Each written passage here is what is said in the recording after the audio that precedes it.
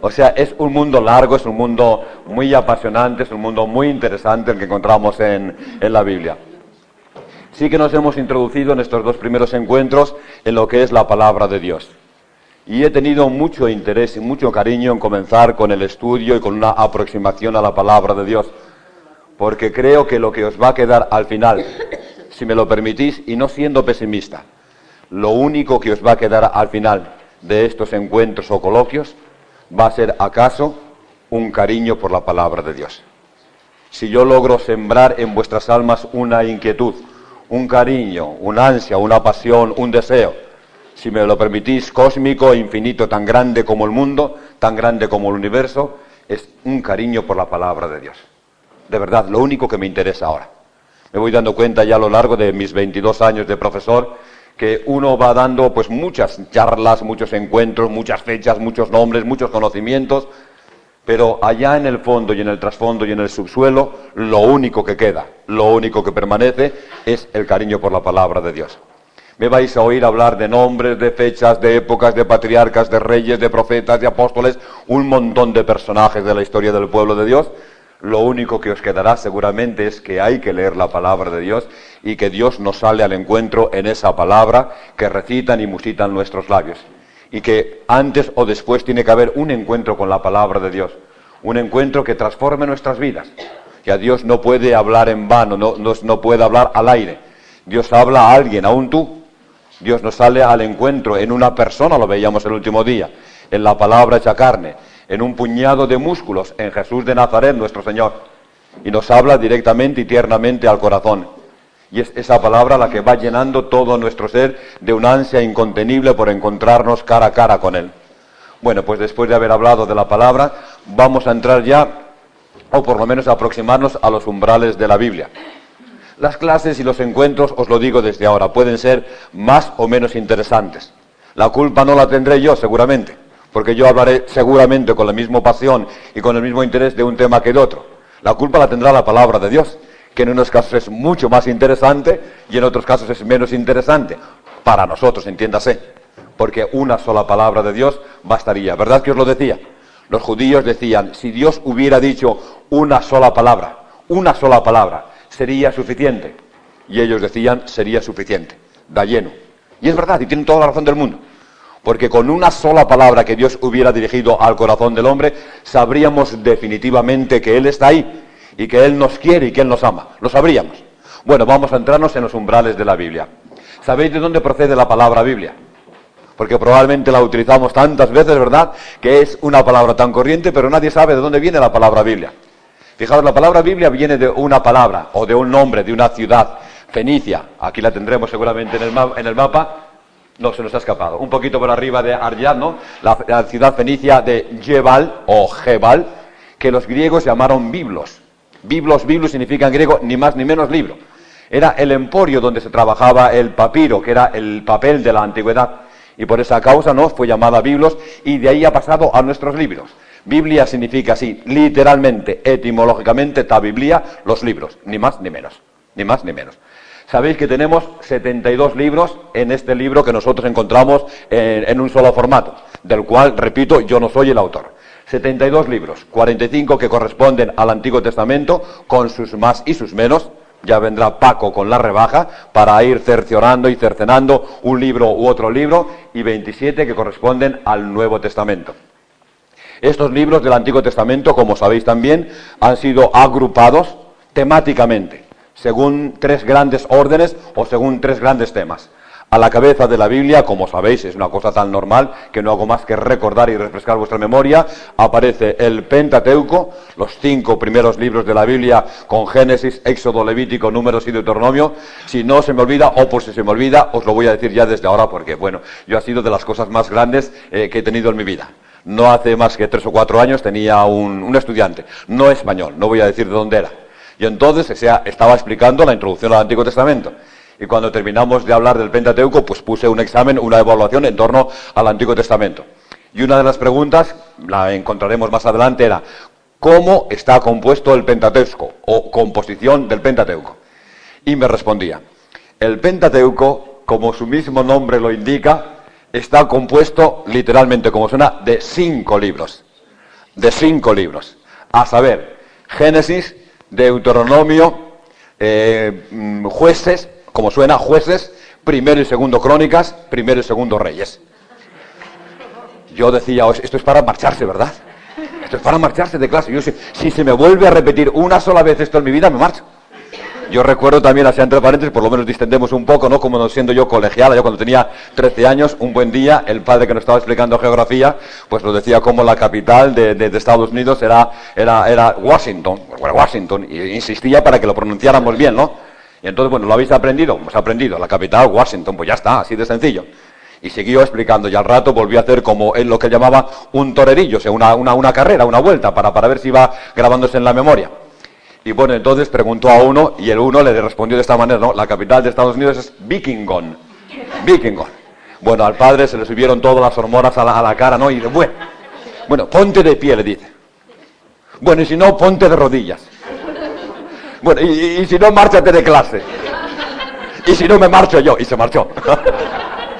Si tengo otra vez que pasar por esta vergüenza de tener que repetir, ¿no?, los 5 libros primeros del Pentateuco, me marcho de clase, no vuelvo a aparecer nunca más en clase. A la cabeza de la Biblia, estos 5 primeros libros que van seguidos de los libros históricos.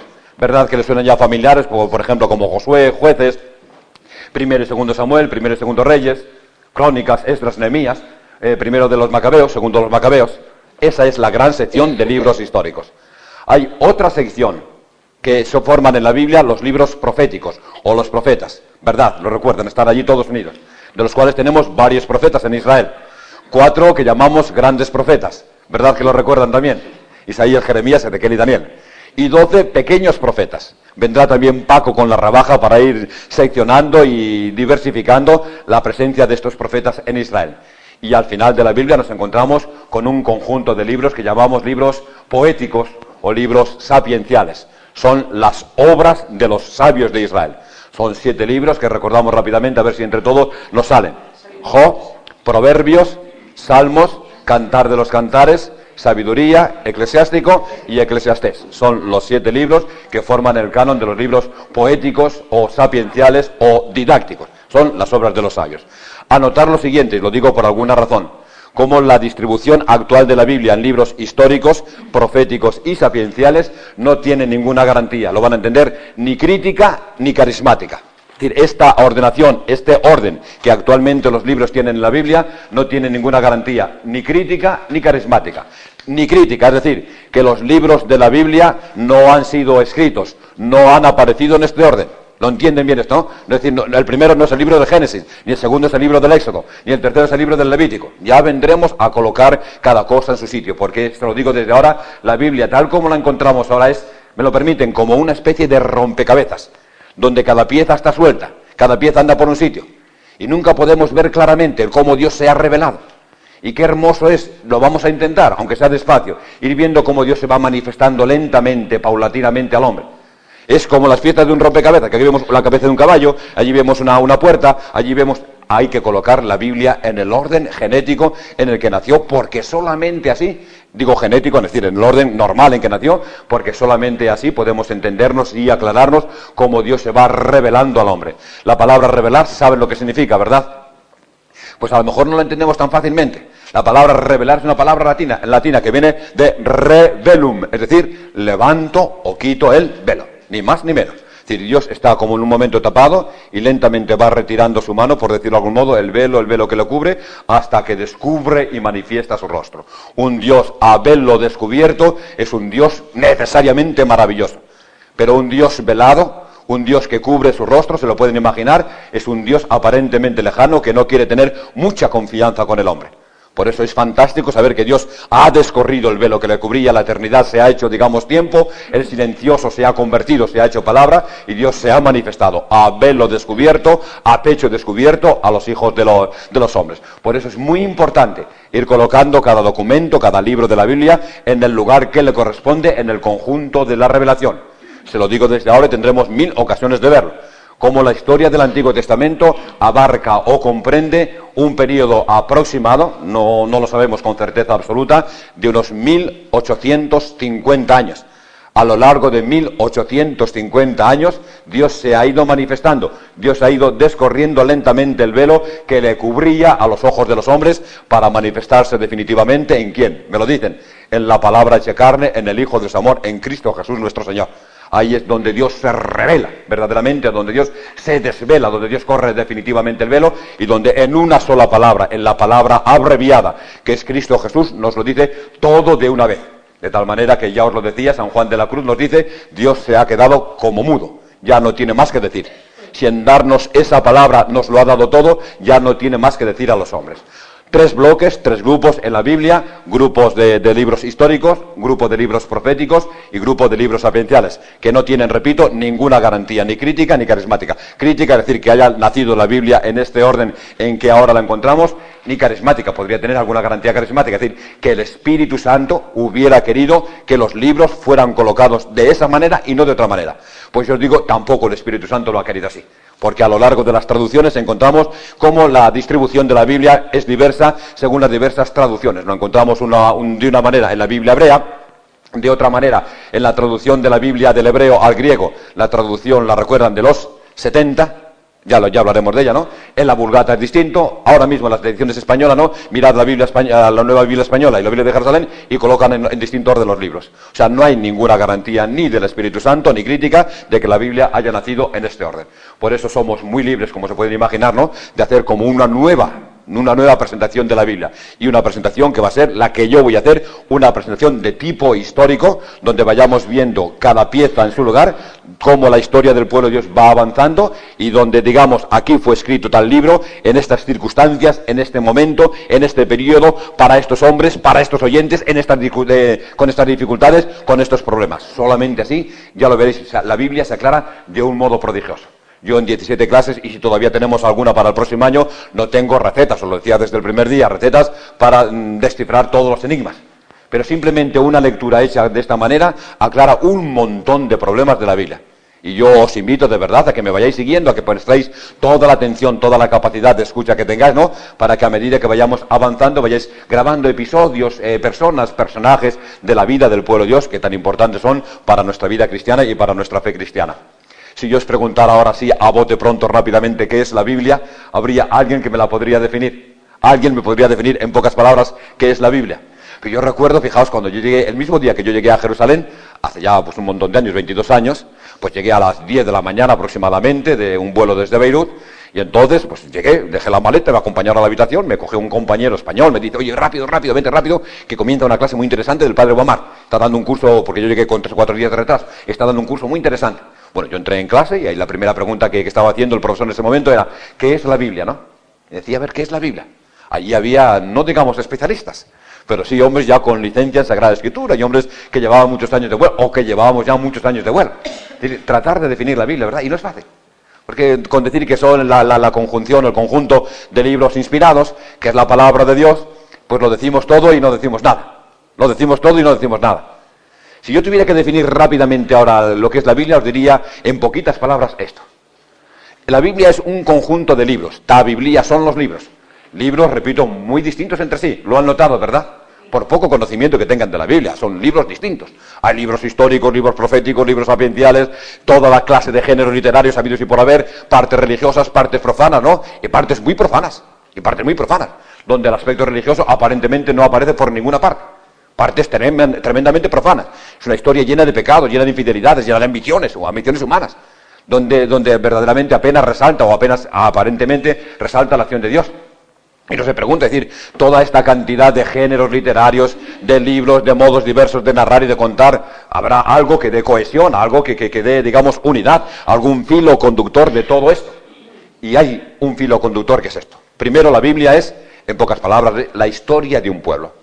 Narra la vida de un pueblo. Todo tiene que ver con la vida de un pueblo. Un pueblo que al principio, como recordaréis, aparece como personificado en un beduino llamado Abraham, un hombre normal y corriente, cuya antorcha y cuya promesa se va transmitiendo a través de sus hijos Isaac y Jacob. Después nos encontramos, lo vamos a ver enseguida, a un pueblo esclavo en Egipto, lo recordaréis. Pues un pueblo que sale, que marcha por el desierto, que llega a la tierra de Canaán, que se instala en la tierra de Canaán, que se convierte en un reino. un reino que se divide en dos reinos y que después van cayendo uno tras otro, y después en la época del destierro, y al final del Nuevo Testamento nos encontramos de nuevo a Israel organizado como una monarquía. Y cuando el Nuevo Testamento dice la última palabra, el verdadero Israel, la Iglesia de Dios, recoge el relevo. Todos estos libros, todos estos 72 libros, dicen algo de la vida, de la historia, de la literatura, del modo de pensar, de sentir y de expresarse de este pueblo. Pero si solamente fuera, digamos, la historia de un pueblo, nos diría mucho y nos diría poco. Porque yo os lo digo desde ahora, ¿no? La historia de España es mucho más interesante que la historia de Israel. ¿Dónde vamos a comparar la historia de España con la historia de Israel? Es verdad, es verdad. La historia de España ha producido un montón de acontecimientos, un montón de sucesos, ¿no? Israel es un pueblo pequeñajo, ¿no? Insignificante. Insignificante si no fuera por esto. Insignificante si no fuera por esto. Porque es un pueblo con el cual Dios ha pactado, con el cual Dios ha hablado, al cual Dios ha salido al encuentro. Un pueblo elegido desde toda la eternidad por Dios. Un pueblo amado, amado con amor de predilección, sin excluir evidentemente a los otros pueblos. Pero digamos, entre todas las naciones de la tierra, Dios puso sus ojos sobre Israel. Dios le ha llevado como sobre alas de águila. Dios le ha conducido, Dios le ha mimado. Dios ha puesto su mirada sobre él. Ha entrado en alianza con este pueblo. Uno se puede preguntar, si todo el mundo nos lo preguntamos, ¿no? ¿Por qué este pueblo? ¿Qué razón, qué privilegios, qué misterio, ¿no? que tenía este pueblo? ¿Por qué ley, por qué justicia o por qué razón? ¿Por qué ha escogido a Israel? Ni era el pueblo más sabio, ni era el pueblo más numeroso, ni era el pueblo, digamos, más poderoso de la tierra, era un pueblo insignificante. Era primero un beduino, como acabo de decir, después un pueblo que estaba ya en Egipto, esclavo, a punto de desaparecer, a punto de terminar su historia. ¿Por qué habrá escogido Dios a Israel? ¿Por qué a este hombre a Abraham? ¿Por qué a Isaac? ¿Por qué a Jacob? ¿Por qué este tiempo y no otro tiempo? ¿Por qué no se ha revelado ahora? ¿Por qué no se reveló hace miles de años? ¿Qué ha pasado en la historia de la humanidad? Porque la historia de Israel, repetimos, acaba de debutar prácticamente. Hace 1850 años, o 1850 años antes de la venida de Cristo, ¿no? Es de ayer. El hombre lleva muchos años sobre la tierra. ¿Qué ha pasado durante tantos años? ¿Ha guardado silencio Dios? ¿Cómo se ha revelado Dios? ¿Cómo se ha manifestado? Desde el primer hombre, por decirlo de alguna manera, pensante, del primer hombre que ha llegado a la tierra a pensar, desde la primera imagen o el primer icono de Dios, ¿qué ha pasado hasta el año 1850? ¿Cómo se ha revelado Dios? ¿Cómo se ha manifestado Dios? ¿En qué términos? ¿En qué palabras? ¿Cómo? Pues no lo sabemos. Si en el volar de un ave, en el volar de un águila, en la majestuosidad del sol, en la salida del sol. No es extraño que los hombres hayan adorado al sol. Lo habéis visto en el Oriente, es impresionante, auténticamente impresionante. O sea, que en Egipto, por ejemplo, que se adora el sol es lo más normal, lo más común. Es impresionante la salida y la puesta del sol allá en Egipto. Bueno, pues ¿qué ha pasado? Pues no lo sabemos. Lo que sí sabemos es que nuestra historia de salvación, nuestra historia de rescate, debuta prácticamente ayer. 1850 años antes de Cristo, Dios sale al encuentro de un hombre llamado Abraham, de un beduino, ni mejor ni peor que los demás, repito, un hombre como los demás. Y Dios le dice, sal de tu tierra, deja tu parentela, déjalo todo, y vete hacia la tierra que yo te indicaré. Con él, con este acto, comenzaba la historia de la salvación. Pero digo, ¿por qué con este pueblo? ¿Por qué en este tiempo? ¿Por qué en otro tiempo? ¿Por qué en otro pueblo? ¿Por qué no? Porque Dios no ha preferido, digamos, manifestarse directamente a cada uno de nosotros. ¿Por qué no mantiene un teléfono rojo con cada uno de nosotros? Sería tan fácil, ¿verdad? Para Dios sería tan fácil hacer una revelación impresionante en el corazón de nuestro corazón, allá en el fondo del ser, y decirnos, aquí estoy, chicos, aquí estoy. Pues a todos nuestros interrogantes, a todos nuestros porqués, a todas nuestras preguntas, Dios nos dice, este pueblo, esta tierra, estos hombres, este tiempo, ese tiempo que va desde Abraham, digamos, hasta Nerón, que va desde el año 1850 a.C. hasta el año 70 aproximadamente, o 90 o 100 de nuestra era, ese tiempo, esta tierra pequeña, esa tierra insignificante, esa lengua, ese hebreo, y no otra lengua, no otro tiempo, no otros hombres, no otro periodo, así es, por voluntad de Dios, así es. Y no me preguntéis más porque no me lo sé, porque yo no soy secretario de Dios. Si fuera secretario de Dios os lo diría porque ha escogido a este pueblo, pero no me lo sé.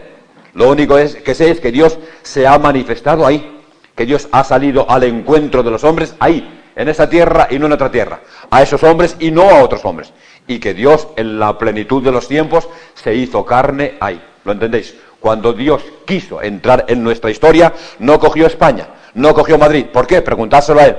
Cogió Nazaret, escogió Belén, aquel momento, aquella tierra, y no otra tierra. Y por eso para nosotros es de una importancia primordial, lo vais a entender de ahora, encontrarnos con este pueblo, entenderle, conocerle, amarle. Yo siento un gran respeto por Israel.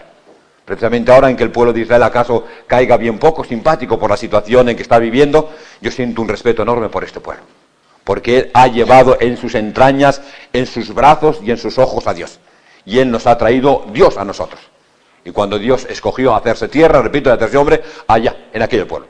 Me bastaría pensar con que Jesús fue un judío en toda su extensión, y que la Virgen María fue una judía, y que los apóstoles fueron judíos, para amar y respetar a este pueblo. Me bastaría. Aunque no hubieran hecho más aportación, ¿verdad?, al mundo, ¿sería suficiente con esta aportación? ¿O no sería suficiente? Da lleno, seguro es suficiente, sin duda ninguna, ¿no? Sin duda ninguna, sería suficiente. Bueno, pues eso, encontrarnos con este pueblo, verle cabalgar, verle caminar. La Biblia no es más que la historia de estos encuentros, de estos diálogos habidos entre el cielo y la tierra, entre Dios y los hijos de la tierra. No es más que esto. La historia de este pueblo al cual Dios le ha salido al encuentro, con el cual Dios ha hablado, con el cual Dios ha mantenido una alianza. Sabéis lo que es una alianza, ¿verdad? Veremos cuando lleguemos a la alianza, ¿no? Cuando uno lleva su anillo de casado, ¿verdad? Lo que esto significa. Una fidelidad total. Bueno, Dios ha mantenido su fidelidad hasta el final de los siglos. El encuentro de estos diálogos, digamos la manifestación o la puesta por escrita de toda esta historia de estos diálogos, es lo que denominamos con la palabra Biblia, ta Biblia, los libros, estos 72 libros que encontramos a lo largo desde la primera página del Génesis hasta la última página del Apocalipsis. Eso es, ni más ni menos, en bien pocas palabras, lo que es la Biblia. Lo que yo voy a hacer ahora, a partir de ahora, esta presentación de tipo histórico, ir viendo un poco el panorama de los diálogos de Dios con el hombre a través del pueblo de Israel, se ha podido hacer o se puede hacer desde hace bien poco tiempo. Os lo digo desde ahora, nuestros padres ni soñaron hacer un curso como este, ni pudieron hacerlo, ¿no? Jamás. Ni nuestros abuelos, ni para qué os voy a contar, ¿no? Y nuestros bisabuelos, para qué os voy a contar. No sabían nada de lo que yo prácticamente voy a decir ahora. Nada. Ni soñarlo, ni intuirlo. Ni pensar que se podría hacer una presentación histórica de todo el Antiguo Testamento. Por una sencilla razón, pues porque no había documentos con quien comparar al Antiguo Testamento. Porque todo el mundo era desconocido. Y ellos creían que el Antiguo Testamento era el documento más antiguo de toda la historia de la humanidad. Y creían que el pueblo de Dios era el pueblo más antiguo de toda la historia de la humanidad. Pero esto no es verdad. ¿Verdad que no es verdad? No es verdad. No es verdad. Y ha pasado algo en el mundo, algo que nos lleva a conocer ahora perfectamente el Antiguo Testamento, que nos hace familiar todo ese mundo, que nos lo hace conocido y encantador. Ahora entramos por este mundo como Pedro por su casa. Yo ahora, después de tantos años de estudio, ¿no? Pues conozco este mundo, ¿no? Yo abro cualquier página de la Biblia, decir ese momento, reyes, nombres, personajes, pues todo.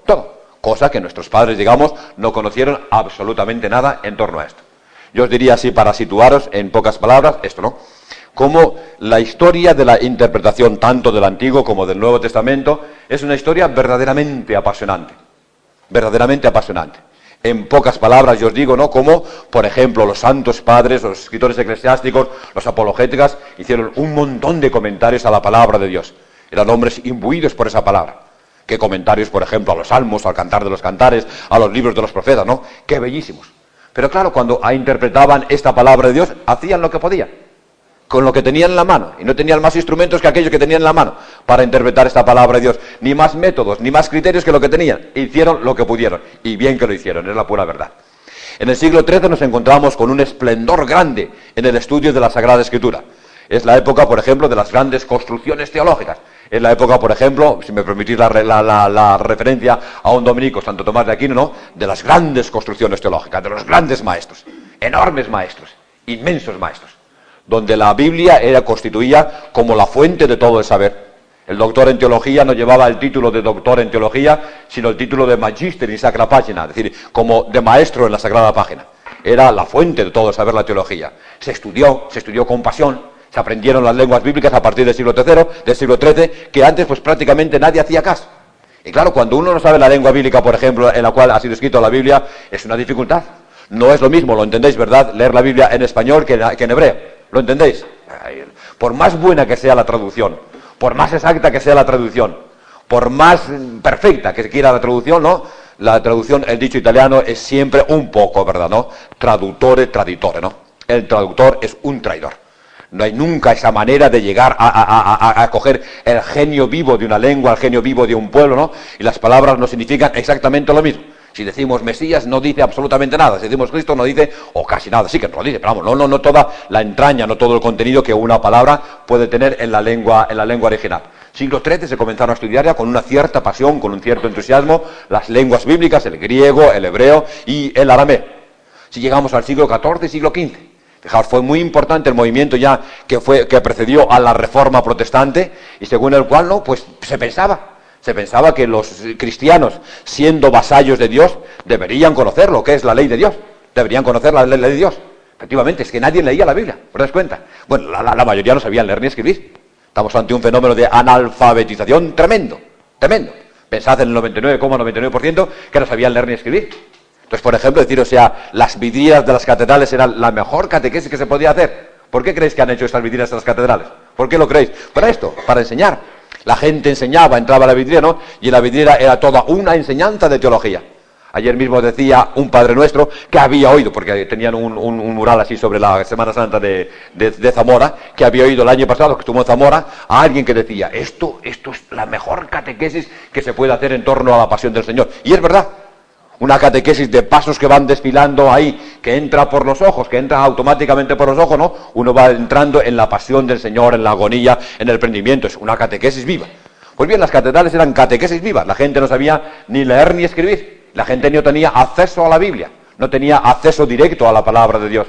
Y este movimiento del siglo XIV, siglo XV, por popularizar la Biblia, ¿lo entendéis, no? Por ponerla al alcance del pueblo, que era un paso interesante, que partía de un principio interesante, ya que si nosotros somos vasallos de Dios, lo lógico es que conozcamos la ley de nuestro Dios, y que la conozcamos directamente, y que la conozcamos y la tengamos en nuestras manos. Fue un paso relativamente peligroso porque fue el que preparó la Reforma Protestante. La Reforma Protestante vino a continuación con un impulso tremendo a la palabra de Dios, ¿verdad? Lo sabéis, ¿no? Como los protestantes en conjunto, al rechazar prácticamente y en bloque los sacramentos, se han quedado con la palabra. El único sacramento, por decirlo de algún modo, válido para ellos es la palabra. Yo os decía el último día, así sotoboche, así bojabó, ¿no? Como la palabra es el octavo sacramento. Como la Iglesia podría, no va a llegar, ni ofrecía definir, es el octavo sacramento. La palabra es algo grandioso y algo verdaderamente maravilloso. Los protestantes, al quedarse sin sacramentos, se han quedado con la palabra de Dios. Impulsaron y han impulsado. Y nos han dado sopas con onda a los cristianos, a los católicos, en el conocimiento de la Biblia. Ellos la conocen muchísimo mejor que nosotros, mejor que vosotros, seguro. En conjunto, la media del protestantismo conoce la Biblia muchísimo mejor que nosotros. Es su libro de referencia, su libro el que les lleva, el que leen, el que estudian, sobre el cual predican. Los pastores protestantes, en principio, predican muchísimo mejor que nosotros, con una predicación mucho más vital que la nuestra. La nuestra, a partir de la Aufklärung o de la Ilustración, se ha convertido en pura ideología. No quiero ser exagerado, ¿lo entendéis, no? Pero mucha ideología. Y no llegamos al corazón, no transformamos las vidas, no llegamos a los hombres, no llegamos a la gente. Esa palabra que es viva y eficaz, que debería transformar, la palabra del Dios vivo, que a través de mí debería llegar, pues no se la hemos convertido en algo blando. Le hemos puesto un guante, de tal manera que no golpea, de tal manera que no llega al corazón, de tal manera que no rompe los corazones, de tal manera que no quebranta los corazones. Yo no sé lo que ha pasado, la hemos intelectualizado. Para el hebreo la palabra dabar significaba, no sé si lo explicaría el último día, porque a lo mejor tampoco me interesaba, ¿no? Es aquello que viene de atrás adelante, aquello que viene del corazón a la boca. Y entonces la palabra se lleva toda la vida de aquel que la pronuncia. Cuando en la antigüedad un hombre pronunciaba una bendición o una maldición, todo el mundo comenzaba a temblar. ¿Lo entendéis, no? Porque la bendición o la maldición, sobre todo la maldición, se llevaba la vida del que profería aquella palabra. Si un pobre maldecía a un rico, el rico comenzaba a temblar, porque sabía que esa palabra estaba ahí y que había sido pronunciada, y que en cualquier momento, como una granada, ¿lo entendéis?, que está ahí en un campo enemigo, podía explotar y podía deshacer. O sea, la palabra tenía tal eficacia, no tal potencia y tal dinamismo que verdaderamente era increíble. Claro, cuando uno piensa, ¿y Dios, cuando habla Dios, qué va a pasar? ¿Qué pasa cuando Dios habla? ¿Qué pasa cuando Dios habla? Pues que las cosas se hacen. ¿O no lo habéis visto? Primer relato de la creación. ¿Qué es lo que pasa? Cuando Dios comienza a hablar y comienza a surgir un mundo de cosas y de realidades, de valles, de soles, de lunas, de astros, de estrellas, ¿no? La palabra de Dios es eficaz. Dios hizo el mundo por la palabra. Dios hizo todas las cosas con la palabra. Con la palabra mantiene el universo entero. Qué tremendo. Cuando Dios habla, hace cosas. Cuando Dios habla, hace cosas. ¿Por qué nuestra predicación no hace cosas? ¿Por qué nuestra predicación no cambia los corazones? Es verdad que tenemos nuestra libertad. Es verdad que le podemos poner una reserva como un corazón grasiento, ¿no? Con una capa de grasa tan gorda en torno al corazón que sea impenetrable. Pero es verdad que la palabra de Dios no puede atravesar ese corazón. O es que le hemos puesto guante para que no golpee. ¿Qué ha pasado? Algo ha pasado, ¿verdad? Y esto es grave. Esto es gravísimo para nosotros y para la predicación. Bueno, recojo el paréntesis y seguimos, ¿no? La Reforma Protestante que dio un impulso grande al estudio de la palabra de Dios, pero siempre con métodos antiguos, siempre con los métodos que tenía a su lado, no tenía otra manera. Aún la Iglesia Católica, que a partir de la Reforma estudió grandemente la Biblia, hay que pensar, por ejemplo, que en un siglo, repito, pues eran elementales. Y así llegamos hasta el siglo XVI, siglo XVII, cuando aparece lo que se llama la crítica bíblica. La palabra crítica bíblica suena en principio mal, pero es una expresión correcta, ¿no? Es decir, es ni más ni menos que la aplicación al estudio de los libros de la Biblia, de los principios, de los métodos, de las formas que se hacían o que se aplicaban en otros campos del saber, que se aplicaban en la historia. Hasta este momento es que la Biblia era sacrosanta, es que nadie podía tocarla, es que nadie podía atacarla. Era la palabra de Dios intangible. Entonces podéis imaginar, ¿no?, cuando alguien entra a estudiar la Biblia con métodos modernos, con métodos de crítica textual, de crítica literaria, ¿no?, pues fue realmente algo chocante y llamativo. Baste pensar, por ejemplo, como el padre de la crítica bíblica, por decirlo de algún modo, juntamente con un protestante llamado Capel, fue un sacerdote del oratorio de San Felipe Neri, llamado Richard Simon. Fue un hombre cuya biografía parece ser que fue asombrosa. Un hombre que se aprendió el latín, el griego, el sánscrito, el hebreo, el arameo y todas las lenguas habidas y por haber, él solo. Y un hombre que tenía un acercamiento a la Biblia verdaderamente sano, verdaderamente elegante, verdaderamente bueno, con principios sanos. Pero que no pudo continuar, que fue expulsado del oratorio de San Felipe Neri, y a partir de ese momento en la iglesia, en nuestra iglesia, se produjo, digamos, como una escisión, como una ruptura, como un divorcio con toda la investigación bíblica. Toda la investigación bíblica que va a quedar en manos de racionalistas. Porque el racionalismo aparece en este momento, siglo XVII, siglo XVIII. ¿Sabéis lo que es el racionalismo? Pues un movimiento sencillo, según el cual no hay más que un único criterio de verdad. Y este único criterio de verdad es la razón. ¿Lo entendéis? La razón. No hay más criterios de verdad. Todo aquello que sobrepase la razón, amén, fuera. Novela, leyenda, fuera. La existencia de un Dios, fuera. ¿Podemos probar a Dios por la razón? Nada, fuera. La resurrección de Jesús, fuera. La infancia de Jesús o el nacimiento virginal, fuera. Todo aquello que suponga la intervención personal de un Dios dentro de la historia humana, todo eso queda eliminado. ¿Por qué? Porque la razón es el único criterio de verdad. Aquello que la razón no pueda, o de lo cual la razón no pueda dar cuenta, amén, abajo, no hay más que hablar, ¿no? Entonces, el racionalismo que se apodera entonces de la Biblia, con buenos métodos ya, con métodos ya tecnificados. Se aplica, por ejemplo, se hace la crítica textual, la crítica literaria, ¿no?, la filología de la Biblia. Pero todo esto quedando en manos de racionalistas, mientras la Iglesia, por decirlo de algún modo, se desentiende de toda esta marcha de la investigación. Ha sido trágico, os lo podéis imaginar, ha sido trágico. Todo este desentenderse de la marcha de la investigación por parte de la Iglesia, porque ha dejado durante siglos enteros, durante cerca de 2 siglos, 3 siglos, ¿no?, la investigación en manos de los racionalistas. Y esto sí que aportaron algo nuevo. Sobre todo lo que va a ser muy importante, lo que fue muy importante, alguien se lo imagina, alguien me lo dice. A partir del año 1870, algo que revolucionó, por decirlo de algún modo, al mundo, y sobre todo al mundo bíblico. Algo que revolucionó al mundo bíblico fue la arqueología. La arqueología. Fijaos, hasta este momento, prácticamente todo este mundo que tenéis delante de ahí, todo este mundo era completamente desconocido. Nadie conocía absolutamente nada. Toda la historia, por ejemplo, de estas grandes ciudades que veis por ahí, de Babilonia, de Ur, de los elamitas, fenicios, ¿no? Todas esas culturas babilónica, cádica, fenicia, griega, persa, todo estaba muerto. Todo estaba sepultado entre arenas. Tremendo, ¿verdad? Todo sepultado. Nadie conocía absolutamente nada. Y la arqueología comenzó a funcionar con cierta fuerza ya a partir del año 1870, y sobre todo ya con una fuerza inusitada a partir de la Segunda Guerra Mundial, a partir del año 1919-1920. Y los arqueólogos, ese equipo de hombres pacíficos, de picos, armados de picos y palas, han desenterrado todo este mundo. Ciudad tras ciudad, pueblo tras pueblo, prácticamente todo eso está desenterrado. Claro, las ruinas son más o menos poderosas, algunas todavía majestuosas. Si podéis ir a Egipto, todavía se encontraréis ruinas majestuosas en Egipto. De verdad impresionantes, de verdad impresionantes. Si veis, por ejemplo, el templo de Luxor, más abajo del mapa, ¿no?, es todavía impresionante. Qué columnas, qué estatuas, qué cosas, ¿no? Si veis, por ejemplo, los colosos de Memphis, ¿no?, qué colosos. Si veis, por ejemplo, las estatuas de Ramsés II, qué estatuas, ¿no? Es tremenda, es que son inimaginablemente tremendas. Hasta pensar en un busto de Ramsés, ¿no?, que está allí medio tirado, que pesa 1000 toneladas. Eso es algo impresionante. Y está, y se conserva. Hay todavía no sé qué faraón es, pero que ocupa como una sala como esta. Sí, está tirado el faraón, la estatua del faraón, una sala como esta. qué estatuas, qué cosas, ¿no? ¿Qué cosas? Parece mentira, ¿verdad?, que ese mundo ya produjera cosas tan extraordinarias, verdaderamente tan llamativas. Todo este mundo que nos era desconocido, desde las pirámides hasta los últimos descubrimientos, todo ha sido desenterrado.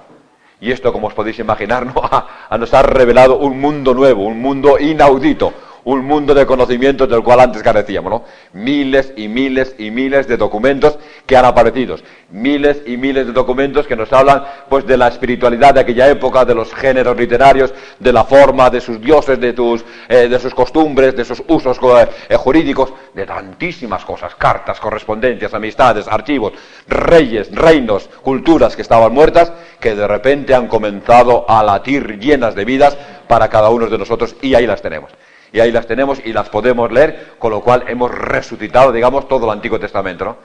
Como nos irán apareciendo a lo largo de esta introducción, no cito más que los nombres principales. Por ejemplo, para pensar en Babilonia, pensar en Nínive.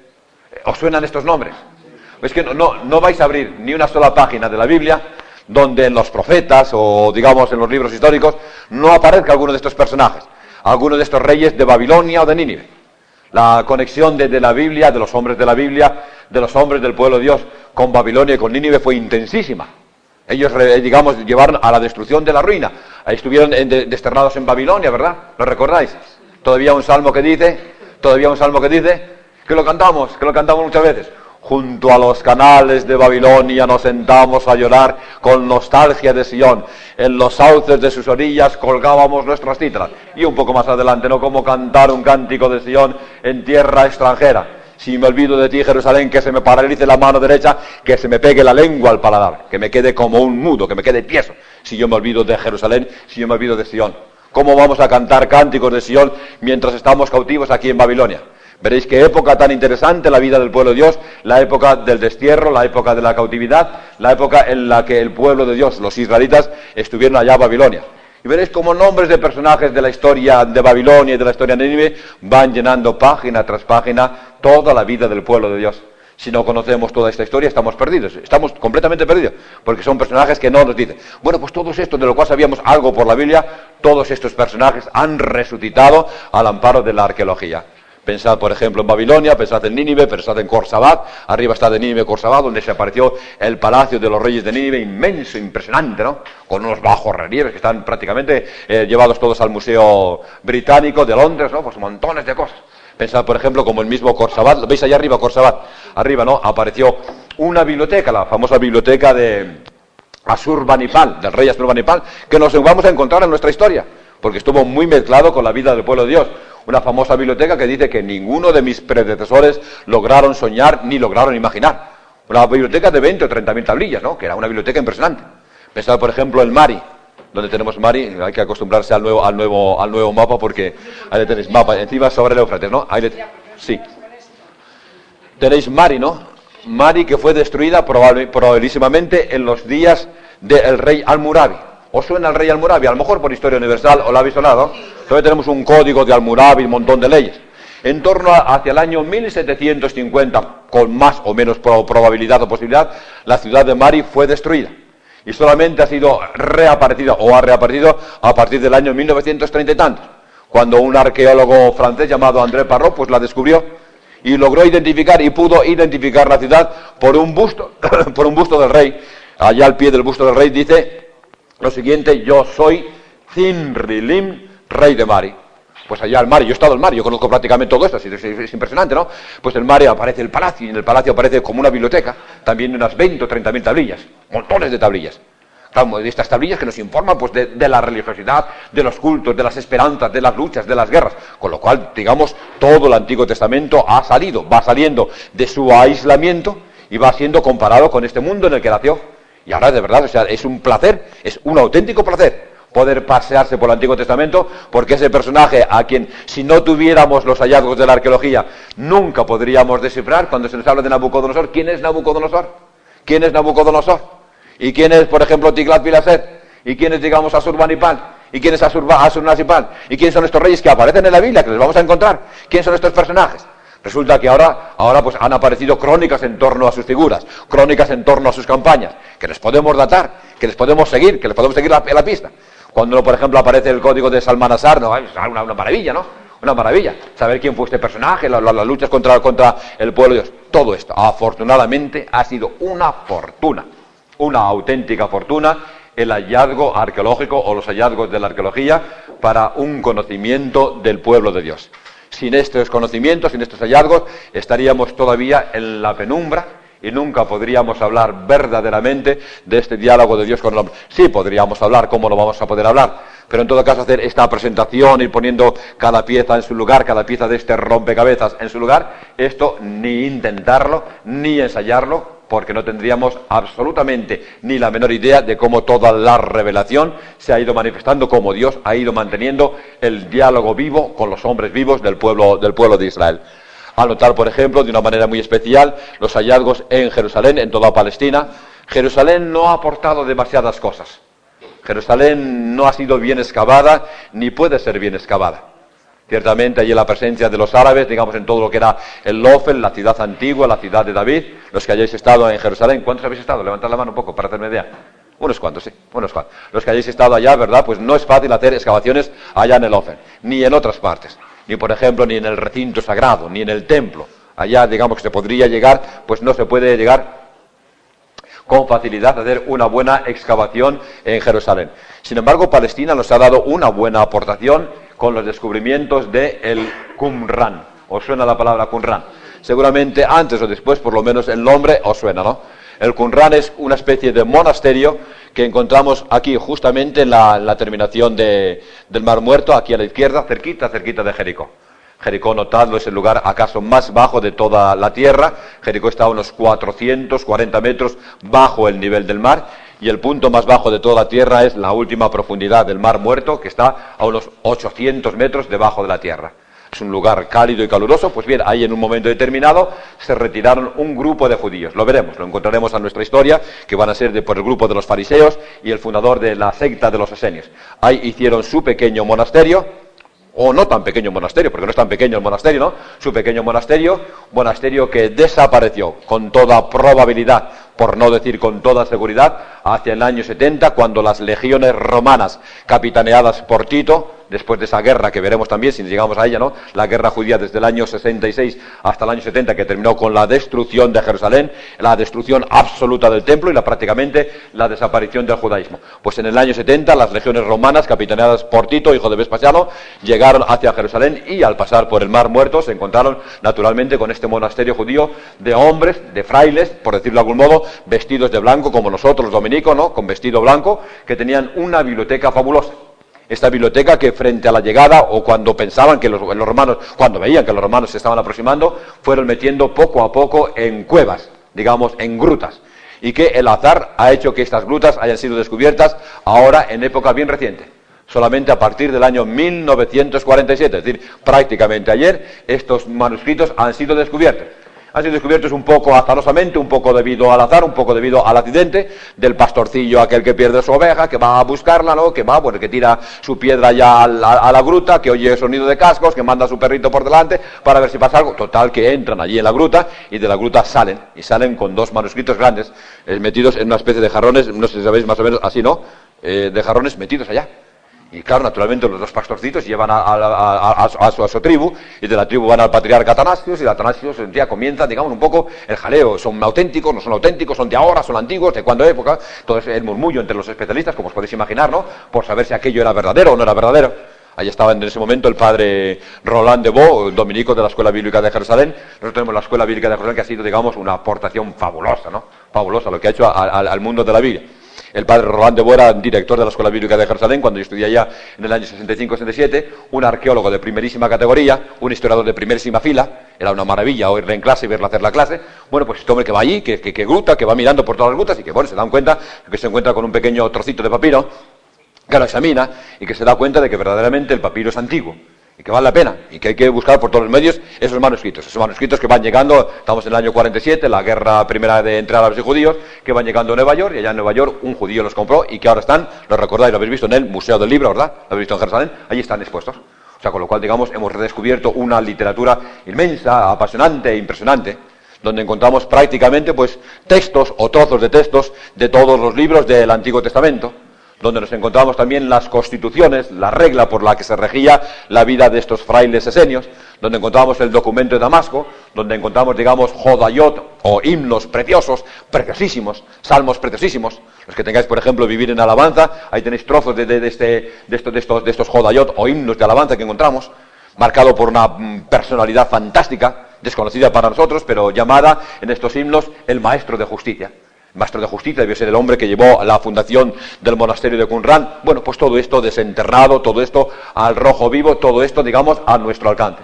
Cuando uno leía antes el Evangelio de San Juan, se encontraba, digamos, con esta distinción, verdad y error, luz y tinieblas, toda esta especie de dualismo, por decirlo de algún modo, nadie sabía por dónde tirar. Cuando uno lee comentarios de antes del año 1947, buscáis, por ejemplo, los grandes comentarios de Rudolf Bultmann, ¿no? Y anda buscando influencias en el mandeísmo, anda buscando influencias por aquí y por allá. Cuando lo tenía tan cerquita, ahí junto al Qumran lo tenía, ¿no? Los judíos del Qumran, los esenios del Qumran, hablaban exactamente un lenguaje muy parecido al que utiliza San Juan en su Evangelio. No necesitaba San Juan ir a otro mundo, a otra tierra, a otra esfera, para encontrarse verdaderamente con este mundo que tenía tan cerca de él. Todo este mundo, el que ha aparecido, todo este mundo, el que ha surgido ante nuestros ojos atónitos y que nos ha descubierto verdaderamente el Antiguo Testamento. Ahora, os lo repito, es un gozo, es una pasión y un gusto enorme moverse por ahí, ¿no? Porque tenemos documentos para todo. Todavía si queréis algún libro, por ejemplo, lo podéis, no me acuerdo en qué editorial, ¿no? La sabiduría del Antiguo Oriente, de Pritchard, donde podéis leer muchos de estos documentos que son muy parecidos. Lo veremos a las epopeyas que encontramos en el Antiguo Testamento. Cuando lleguemos al relato del diluvio, encontraremos un relato parecido. Cuando reencontramos el relato del paraíso, un relato parecido. Cuando la Torre de Babel, un relato parecido. Tantos relatos parecidos. De tal manera que esto hizo exclamar a muchos arqueólogos la expresión que se llamó pan-babilonismo, como si la Biblia hubiera sido tomada toda del mundo de Babilonia. Todo el mundo de Babilonia. Frente a esa reacción, otro grupo de especialistas católicos, y la Biblia tenía razón. ¿Recordáis acaso el libro de Werner Keller, no? Y la Biblia tenía razón. Pues la Biblia ni tenía ni dejaba de tener razón. La Biblia es la palabra de Dios, y no necesita de confirmaciones de nadie. Pero en caso es bonito, ¿no? Ver cómo todo este mundo descubierto nos ha iluminado el mundo bíblico y ver cómo desde ahí nosotros podemos movernos con mucha agilidad por todo este mundo en el cual Dios se hizo carne, con el cual Dios habló con este pueblo, con el cual Dios habló de una manera extraordinaria. Yo os diría, así entre paréntesis, ¿no?, cómo el descubrimiento de todo el Antiguo Oriente, porque lo iremos viendo, veremos, o sea, del mapa irán apareciendo una tras otra todas estas ciudades, cómo el descubrimiento de todo el Antiguo Oriente, el descubrimiento de tantas cosas, supuso verdaderamente una revolución en los estudios bíblicos. Y fue tremendo, y ha sido tremendo. Porque os decía, el mundo de la Biblia estaba en estos momentos, hasta el año 1953, por decirlo de algún modo, en manos de racionalistas. Hombres con armas muy bien afiladas, con armas, repito, muy bien afiladas, y que han entrado a matar, y que han entrado para negarlo todo, y que han entrado para quitar, digamos, toda la influencia posible de Dios en la Biblia. Y es de notar, por ejemplo, cómo los especialistas católicos, los nuestros, estaban, digamos, a oscuras, sin saber por dónde dirigirse. Nadie sabía por dónde tirar.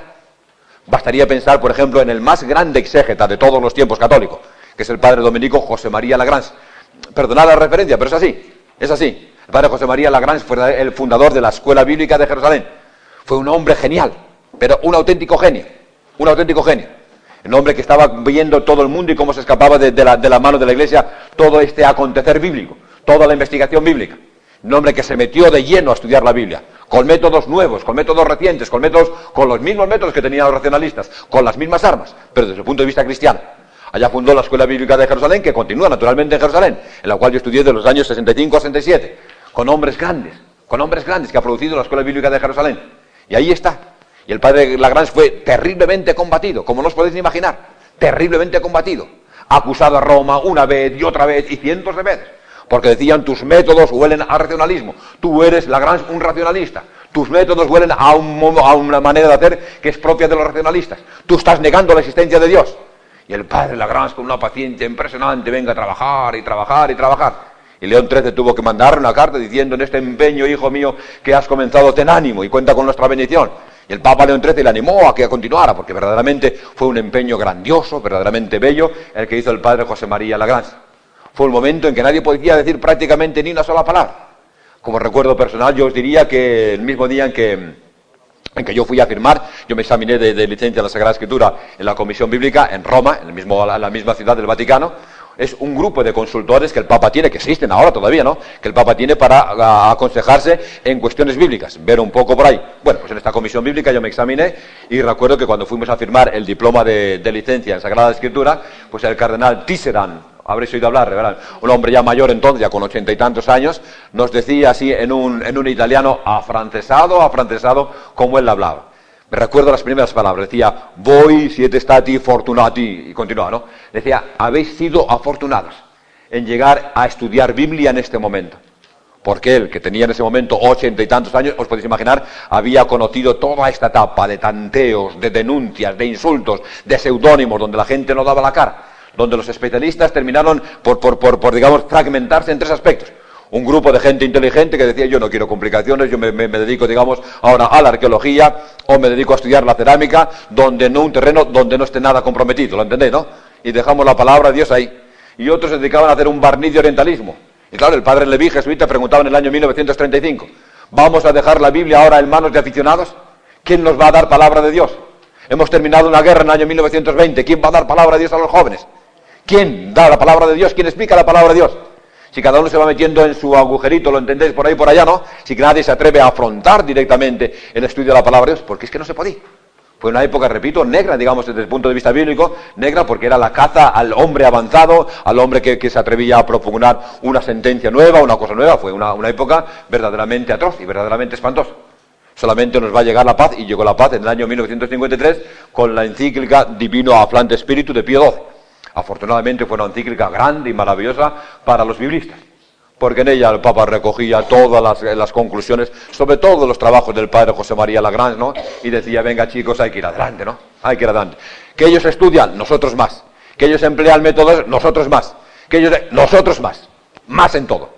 Claro, decía un mensaje de respiro, ¿no? Porque hasta ese momento los exégetas estaban como ahogados, que no tenían libertad para expresarse a nadie. Entonces, a partir de este momento fue una etapa de respiro, de grande respiro en la exégesis bíblica, y a partir de este momento la exégesis católica en concreto, pues se ha puesto a la altura, como no, si no la supera, siempre es difícil decir, ¿no?, a la exégesis protestante. Pero en todo caso, la exégesis católica está ahora en primera fila, exégetas católicas, intérpretes católicos, especialistas católicos, que están en primera fila de la investigación, ¿no?, llevando adelante el escrutinio, la búsqueda de lo que es la palabra de Dios.